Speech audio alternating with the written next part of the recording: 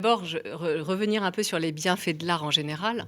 Bah, il y a des bienfaits naturels parce que effectivement, l'art s'adresse déjà à la partie émotionnelle en nous.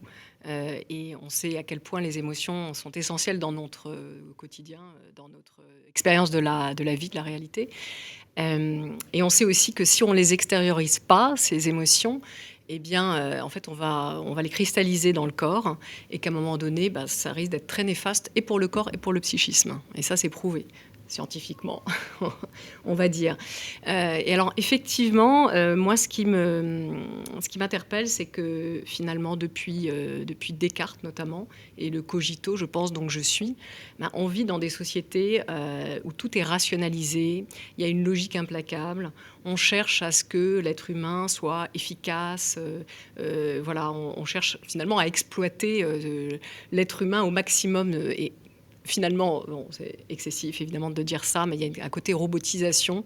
Et tiens, je voulais dire d'ailleurs qu'au Canada, petit aparté, au Canada, il y a des prescriptions muséales. Muséal, Donc c'est oui. quand même très, très intéressant. Voilà, donc effectivement, on a un petit souci d'excès finalement, de mentalisation et d'intellect.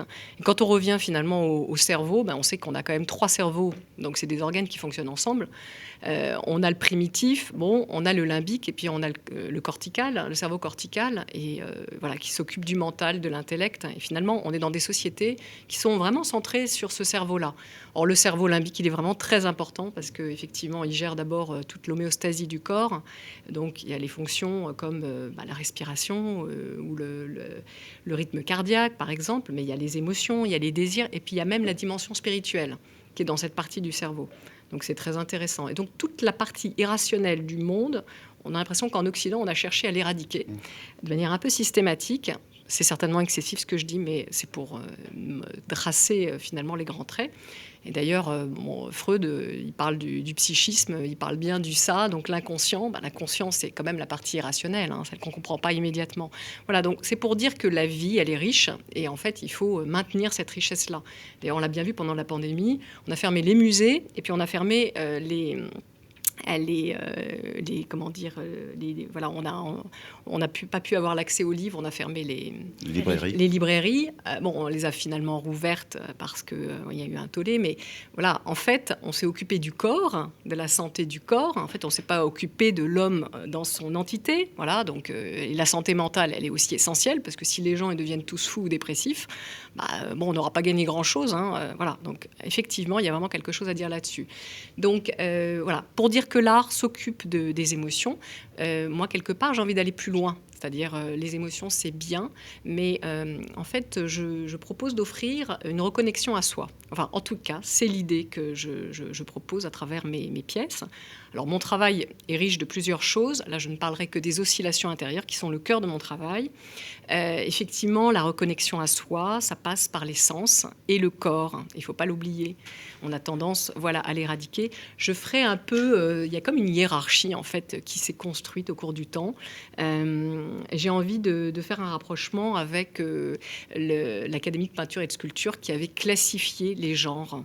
Donc, on a mis la peinture d'histoire au sommet et la peinture de genre bien en dessous. Bon.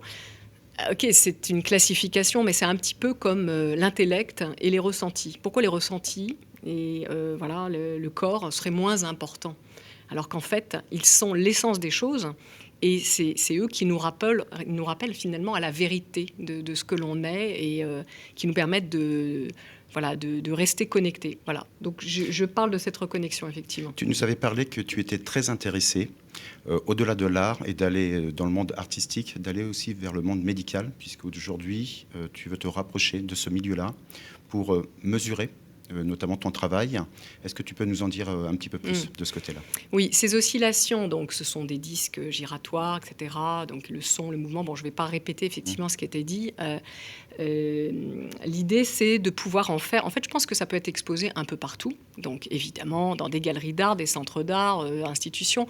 Mais, effectivement, ça doit dépasser ce cadre-là et ça peut être dans un milieu plus médical parce que je pense que ça peut devenir un objet transactionnel où, effectivement, il serait proposé aux patients. Et puis, ou à celui qui est là, en tout cas, de l'expérimenter.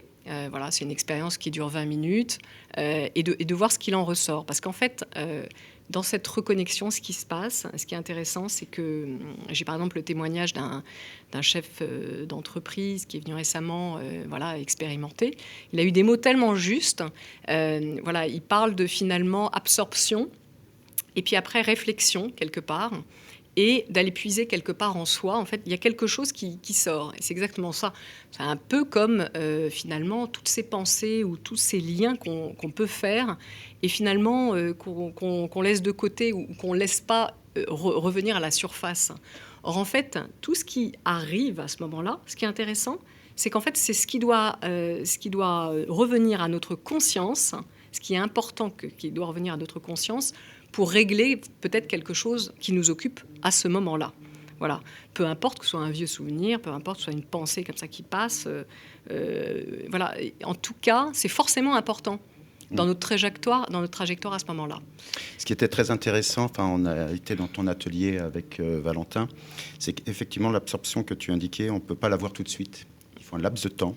Il faut et quand bien même, il faut, je pense, même le voir en vrai. En oui, le vivre, ça, parce que il faut le vivre. Quand on a regardé les vidéos avant de se rencontrer, on a vu un petit peu ton travail.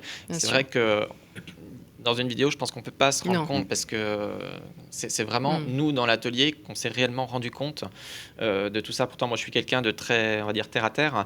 Et réellement, ton travail, je pense qu'il faut voilà, le voir en vrai, le voir dans des lieux. Il faut l'apprécier sur place. Voilà, exactement. Ouais, tout à fait, oui. Oui, c'est très important. Ouais. Merci en tout cas, Béatrice, Merci. pour ta venue.